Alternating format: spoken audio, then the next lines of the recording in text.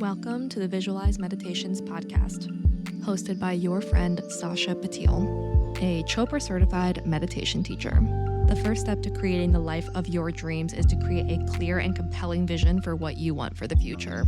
I'll be guiding you on visualization meditation so you can get clear on your deepest desires. Let's get started so you can turn your vision into a reality.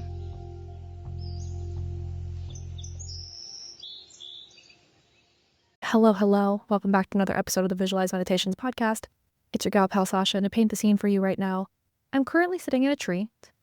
Not kidding.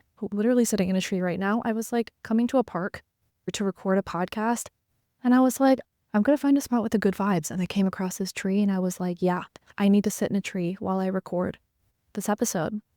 So to paint the scene for you with what's happening in my life right now in general, I'm currently in San Diego. I've been here for a little less than a month now at this point, and I love it here. I am so happy. It's so good for my mental health to be out in the sunshine and in the warm weather every day. And I have a lot of friends here. I have a lot of community here. And I know that weather has such a large impact on my mental health. And I know this because, I lived in the Northeast growing up. I lived outside of Philly and then in New York. And I got really bad seasonal depression every time winter came around, specifically around January and then March. I would get really bad seasonal depression. And as soon as it became spring, summer, I was just so happy. And when I moved to Miami, that went away, and my happiness just was boosted 10 points just by being in the sun. Now that I'm here in San Diego, I feel the same thing. I was considering moving back to New York, and that I went back in May and I loved it. May and September are the best times to go to New York if you're ever visiting. But I went in May and my mom was like, you should probably go in the winter and see if you still like it as much as you think you do. And I went back for the holidays and it was still nice and lovely and I still love New York. But it was miserable for me, mentally. Just to deal with the cold, for it to be dark out all the time, it just wasn't healthy for me mentally. So definitely need to prioritize weather. And out of the 5 cities I'm considering living in, 2 of them have pretty intense seasons like that. So it's something to consider for me. But all of the 5 cities I'm considering moving to have definite pros and cons. I had a plan for this year, and then things with my job, it just is not turning out the way that I thought it was going to turn out. So I don't really know what my plan is. After April 1st, I don't really know where I'm going to be. I don't really know what I'm going to do. And honestly, I don't really feel stressed out about that. I think everything's going to unfold the way it's supposed to. However, the one thing that is stressing me out about it a little bit is I have some friends who want to come visit, and I'm like, well, you can't really book flights yet because I don't know where I'm going to be. Or I said to them, you can book flights, and if I have to move back to the East Coast, then maybe I'll take some days off and book flights and come and hang out with you guys out here and just do that. But we'll see. And yeah, I'm loving this schedule. I'm still working East Coast hours. I'm waking up and working from 6 a.m. to 2 p.m. and then working on the podcast. We're just going out for a walk and I'm having a lot more time to rest. And it's good. And I'm living in a community living house. And I thought this community living house was going to be more similar to my experience in Paris. And honestly, my season in Paris, my summer in Paris, was probably one of the happiest seasons of my entire life, let alone last year. And I'm still really missing it. I still talk to my friends from Paris every single day. And I really miss it, and I really miss that life. And I thought that the community living house I was going to be in here was going to be similar, and it's not. It's way more transient. People can book it like a hotel, so people are not really there for community as much. And honestly, it wasn't what I was hoping for or expected, but it's kind of what I need. This solitude time is really good for me. I'm currently in a pretty cool career sprint, and I used to call it a work sprint.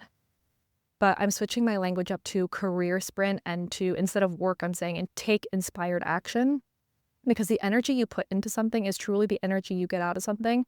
And this is something I was talking about with one of my closest friends, is he did the analogy of, if you want to make pork sausage, you put pork into the machine and you get pork sausage. If you want to make beef sausage, you put beef into the machine and you get beef sausage. Whatever you put into the machine is what you get out of it, just cased and intensified. So if I'm putting force energy, or if I'm putting stress or frustration into my career, that's what I'm going to get out of it, even if I'm working towards an outcome. So I've switched up my language where I'm in a career sprint and I'm taking inspired action instead of a work sprint and work. And I'm just prioritizing having fun while I'm working. If that means like putting on great music while I'm working or dancing while I'm working, or I'm telling you, my room is my favorite spot in this house. I have this beautiful window that I get direct sunlight all day from sunrise to sunset.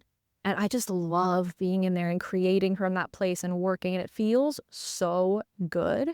So I'm really enjoying that. And the energy I'm putting into the thing is definitely what I'm going to get out of it. I've been here less than a week in this place, in this house, and I feel great. I think, yeah, I'm not getting the community I was hoping for. However, I think I'm not getting what I hoped for or expected. I'm getting what I need. Like the solitude time is really good for me. The time and space and energy to rest and to take inspired action in my career and to do that feels really good. Plus, it's not like I'm not seeing friends and family while I'm here. I have so many people in San Diego that I love. Tons of friends, tons of family friends that are around. Like my social calendar is full and I still feel so fulfilled in my long distance friendships and family relationships too. I'd say like my friends and family are 10 out of 10. Like I've never felt more connected to my friends or family and it feels really, really good. So I don't think I'm lacking in that department at all. And one thing I will say too is, yes, I've been here for about a month. I had my surgery about 3 weeks ago at this point. And one thing that I didn't anticipate about the surgery that I'm really honestly grateful for is that the surgery has forced me to slow down. The surgery has forced me to take breaks, forced me to not work as hard, has forced me to rest and recover and just slow down. And that's something that I'm really prioritizing this year, is slowing down to speed up. So how can I go slower? How can I pause? How can I prioritize rest? How can I prioritize recovery? And how can I be more thoughtful about what I'm doing? So I'm really enjoying that too. And it's nice because I finish work early and the last handful of days, I feel myself getting tired. And normally I would just push through and I say, no, I'm going to keep going until it's done. I don't care if I'm tired. And now I'm like, oh, I'm starting to feel tired. I'm going to start to unwind. I'm going to start to rest. I'm going to start to lay down and relax a little bit. So I've just been doing that and it's been feeling really, really good. So that's kind of where I'm at in my life right now. Things are up in the air in general, but I don't really feel stressed out about it. I feel kind of grounded in it right now because I know that everything's going to fall into place exactly the way it's meant to. And I know that for a fact. So I don't really feel stressed out about it. And I'm looking forward to all of it.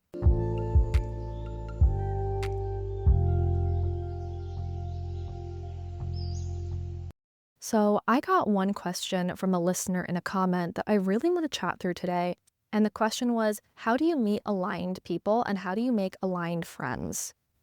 And this is something that is so near and dear to my heart. I'm an only child, and for me, my friends are like my family. I don't have siblings. I don't really have that kind of connection to lean on. So I really, really value my friendships, and I have really, really valued my friendships forever. I've always been like this. And it's something that I've had to learn about and learn through in my life growing up.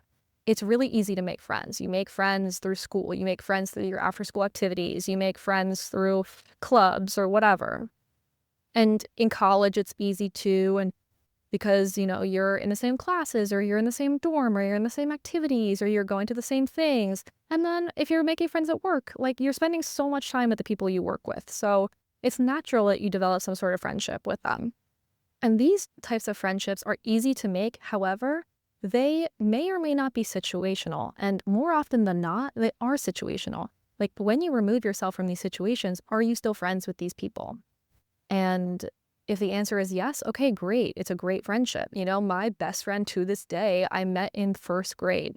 I'm still friends with a handful of people from my childhood. I'm in school. I'm still friends with 2 people from college. I'm still friends with 1 or 2 old coworkers here and there that we just stayed in touch. Okay, great. But outside of that, when you're an adult, how do you meet aligned people? And my question for you is, number 1, are you aligned? Are you aligned? Are you doing aligned shit, Like, just for example, are you going out and doing things that are important to you? Are you going out and are your actions aligning with your values? For example, if you're someone who really values health and really values fitness, you're probably going to meet your friends at the gym or a yoga class or a run club or surfing. Whatever activity you like to do, go out and do that thing.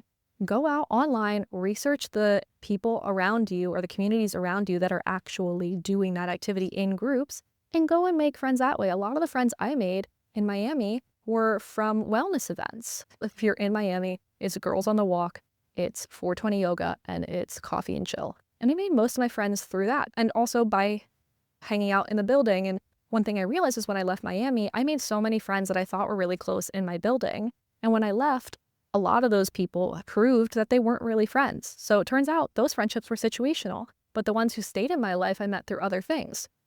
So are you going out and doing aligned shit? Are you going out and doing things that are interesting to you?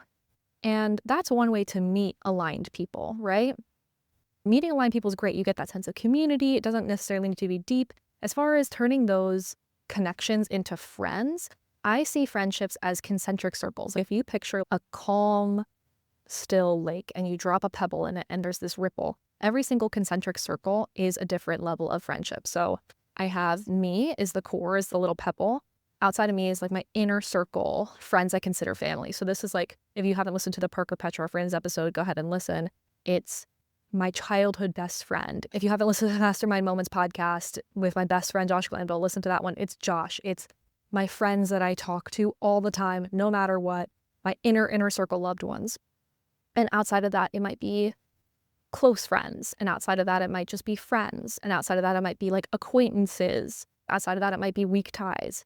And each area of the concentric circle is equally as important. They're all important and they're all helpful in different ways. However, it's important to understand where people are in terms of where are they in this circle. And it's okay for people to move levels and for people to move layers. I had an inner circle loved one who is now not a friend. I've had many of those. And I've had many distant people who have now become close friends. And it's normal for people to move throughout time and throughout space. And they can move quickly, they can move throughout time. And I will say the more time you spend with people, typically the closer you are. But it's not just time, energy, effort, and love. It's also, do your values align? Are they putting mutual and consistent effort into the friendship? Are you putting mutual and consistent effort into the friendship? It's easy for anyone to show up in your good times. Are these people showing up in your bad times? People show you who they are, and you have to let them show you who they are. If people are not treating you well, you go, you observe, you watch what's happening, and you act accordingly. So I'd say I'd also get really clear on your values and what's important to you to turn these kind of people you meet into friendships. Like for me, it's important to have mutual and consistent effort. I'm okay calling once a year and having a catch up, but are you also willing to call me once a year and have a catch up? Or if we're like inner circle close loved ones and I'm saying, hey, can you please call me as soon as possible? I need you to pick up the phone. I'm really going through it right now. Who's going to show up and do that? And for me also, I have things that I value in people in general.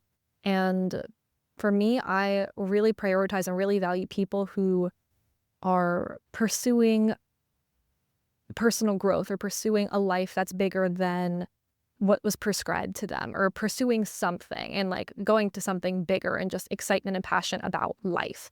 I really don't have a high tolerance for people who don't really strive for anything more or just are very content living like a normal life and just settling.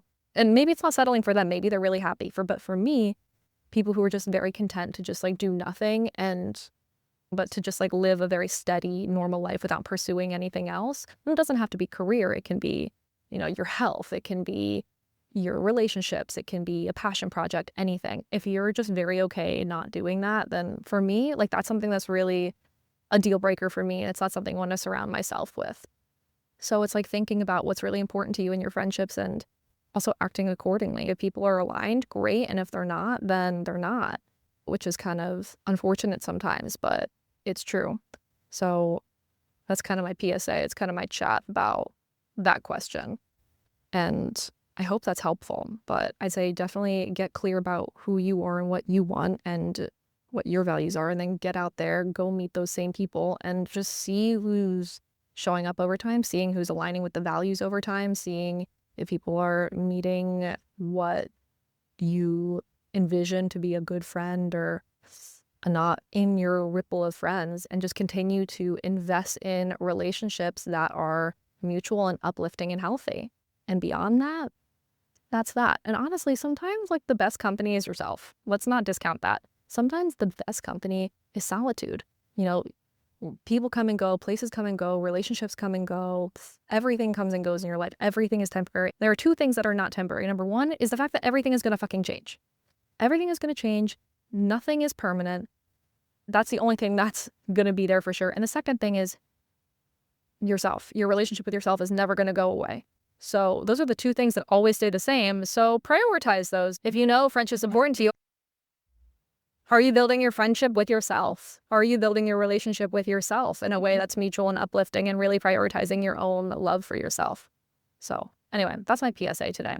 I hope you guys enjoyed this episode with like a half life update and half, answering a listener question. If you guys have any other questions, feel free to comment or like or follow, subscribe, anything. It's super, super helpful, guys. I'm really in a career sprint right now. I'm taking such crazy inspired action. I've gone through all the testimonials. I'm talking to you guys. DM me, let me know what you want. Let me know what you're listening to. And I'm actually talking to you guys and getting on calls right now. And it's so inspiring and energizing to really chat with you guys about what you're loving, what feedback you have. I'm looking at the numbers, and just to watch the growth of the podcast over the last 2.5 years has been really amazing for me, and I'm really, really excited about all of it. So I'm so grateful that you're here and that you're listening, and I could not be happier and could not be more grateful.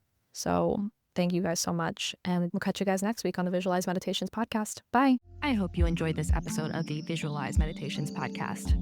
Please follow, subscribe, leave a review, all of the good things.